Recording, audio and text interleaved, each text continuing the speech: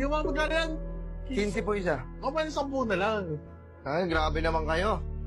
Yan, katawa na lang tayo ngayon lang, oh. 15 na lang eh, aanuhan mo pa ng 10. Grabe ka naman. Sa restaurant nga, nagtitip pa kayo eh. Tapos sa amin magugulay, tatawaran nyo pa kami. 15 yan eh. 15 madami na yan oh. Grabe na kayo, ba't tumatawad pa kayo? Ito na nga lang yung pinagkakitaan namin. Magkano na lang tutubuin namin dito, tatawad pa kayo. Pero sa restaurant, pag kumain kayo sa restaurant, kala nyo kung sino kayo mayayaman, ang lalaki nyo mag-tip. Tapos sa amin, kung baratin nyo kami, ganun-ganun na lang. Sorry. Dapat sir, hindi ganun. O, sige, Ito na lang eh. Ito na nga pag pinagkakitaan namin eh. Tapos, hihingi ka pa ng tawad. Kung ano yung presyo namin ngayon, boss. Kaya, alam mo gaano kahirap magtanim yan? Huwag ganun, sir. Oh, sorry. Pag may nagtitinda, supportahan nyo kung magkano yun yung presyo. Huwag ka natatawad. Baka nang makano. Magkano lang naman na to eh. 15 na lang, tatawaran pa ng 5. Ano nang mahalaga sa amin bawat sentimo? Bagay kayo rin kawawa, eh. Kung may nakawawa, hindi nyo iniisip yun eh. Oo. Tapos pag sa restaurant, kung magkapagbigay kayo ng tip. Sir, lumalaban kami ng patas, oh. Ito, magkano lang kinikita namin dito, sir? Tapos ganun pa gagawin nyo? Hindi, gusto ko lang maging ayos tayo. Sir uli-uli pakiusap, nakikiusap ako sa inyo. Hindi nga, sir. Kung sa may nagtitinda sa inyo, kahit ano pa yung titinda niyan, please naman, huwag nyo natawadan. Sige, sir. Bilhin nyo na lang kung ganun yung presyo na yun.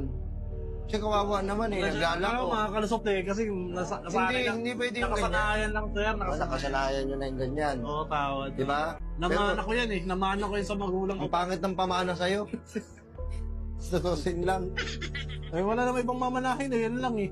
Di ba? Yung katibayan. Katibayan. Pero huwag naman natin ugaliin yung gano'n. Huwag na natin i-normalize yung gano'n. Yung tatawag tayo.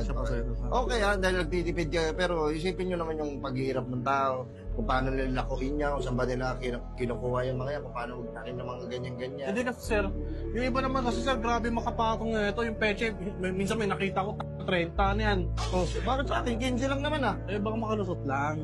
Hindi, mararamdaman mo naman yun kung mahal talaga. Tsaka, siyempre, nanonood ka siguro ng balita kung paano pagtaas ng mga bili, ng mga gulay, ng mga ano. Kung ano, huwag nyo natawadan. Eh, pasensya na, sir. Bakit nakaugalian yan? Hayaan, ibigay na natin sa mga manggagawa. Pasensya na, sir, na. Tapos, kung mag-tip kayo sa restaurant, kala nyo kung sino kayong mayaman. Tama? Sir. Eh, sir, hayaan mo simula bukas hindi na ako magtitip. Baka pwede 10 na lang talaga yan, sir. Hindi tipid lang. Grabe, pinangaralan na kita. Ang kapal pa rin ng mukha mo. Yung mukha mo, antigas, parang yelo ng 33. Grabe. Pero bibili akong yelo, ibabasag mo sa mukha mo. Eh, ito, sir. Sige na,